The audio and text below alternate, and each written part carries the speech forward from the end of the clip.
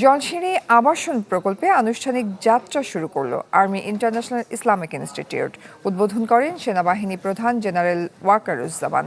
Video কনফারেন্সে বরিশাল, সাভার, বগুড়া, সিলেট, চট্টগ্রাম, কুমিল্লা এবং যশোরে ইনস্টিটিউটের নতুন শাখার ভিত্তিপ্রস্তরও উন্মোচন করেন তিনি।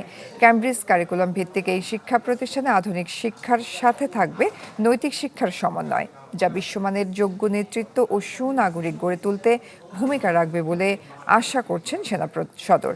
অনুষ্ঠানে সেনাবাহিনীর ঊর্ধ্বতন কর্মকর্তা, আমন্ত্রিত অতিথি এবং শিক্ষক শিক্ষার্থীরা উপস্থিত ছিলেন।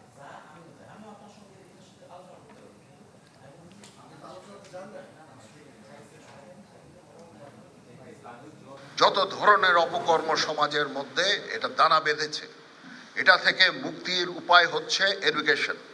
আজকে যদি আমি এডুকেশন সিস্টেমকে ঠিক করি, আজ থেকে 30 বছর পরে যেই সমাজ আমরা পাবো, যে জাতি পাবো, সেটা অবশ্যই একটা সুস্থ জাতি হবে।